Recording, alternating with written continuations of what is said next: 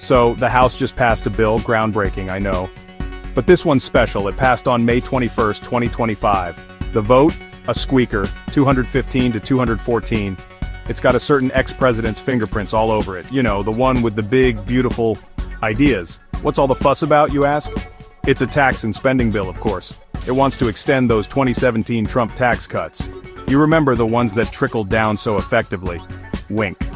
It also pokes at Medicaid with work requirements, boosts defense spending because priorities, and slashes clean energy incentives.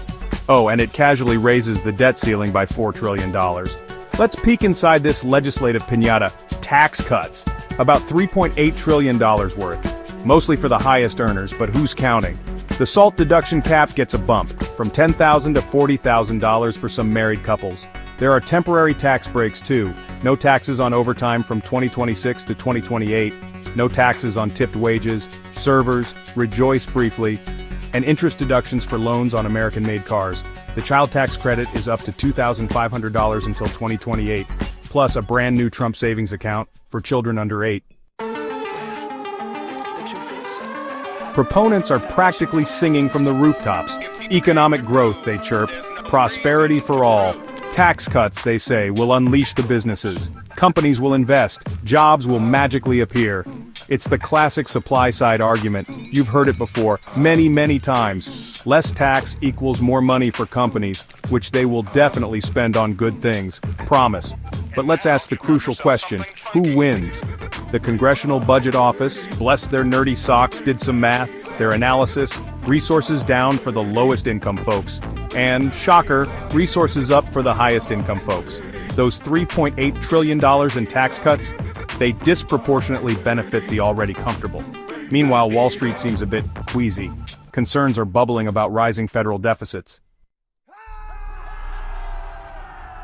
Let's talk about Medicaid. Fun. The bill introduces work requirements, 80 hours per month for childless adults without disabilities. This kicks in at the end of 2026. There's also biannual enrollment, and more verifications. Lots more. Sounds like a recipe for efficiency, right? Or, a way for over 7 million people to lose coverage. Projected savings, $625 billion. The human cost? TBD. And it's not just Medicaid feeling the pinch. SNAP or food stamps also gets a reform. This involves increased state contributions. And you guessed it, work requirements. For able-bodied enrollees without dependents, this could save $300 billion, they say, because nothing motivates a job search like an empty stomach. What about saving the planet? Good question. Clean energy incentives are on the chopping block. Several green provisions are just gone. Instead, the bill accelerates permitting for fossil fuel projects. So where is the money going? Defense spending is up by $150 billion. Immigration enforcement gets a cool $140 billion. Section 4. A centrist squints, finding the middle ground, if it exists. Alright, deep breaths everyone. Let's try to be centrist. It's hard, I know, especially these days. This bill isn't purely the spawn of Satan, nor is it the second coming of economic miracles. It's a bill, passed by politicians. One side screams apocalypse, the other, utopia. The reality, as ever, is probably somewhere in the messy, boring middle, grumbling quietly to itself, and possibly needing a strong drink. Could there be economic upside? Perhaps. A tiny little bit? Maybe. Tax cuts sometimes nudge the economy.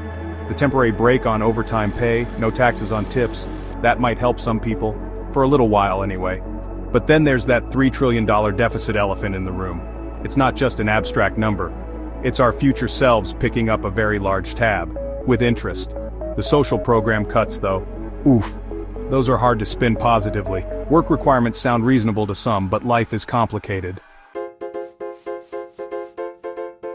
Section 5. Conclusion. The bill, the future, and your impending headache. So, there you have it. Trump's big, beautiful bill.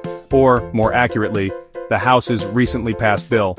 It got through by the skin of its teeth. Now it waddles over to the Senate, where it will face more scrutiny, more arguments, and possibly a complete makeover, or not. Politics. It's like a soap opera, but with worse actors. Speaker Johnson wants it on the president's desk by July 4th. Imagine the fireworks. Literally. Is it an economic game changer, or a social wrecking ball in disguise? The CBO, our favorite number crunchers, suggest wealth will flow upwards. Wall Street seems to be clutching its pearls over the debt. Proponents promise a golden age of growth. Opponents are already building an ark. It's a national inkblot test. What you see depends entirely on your prescription.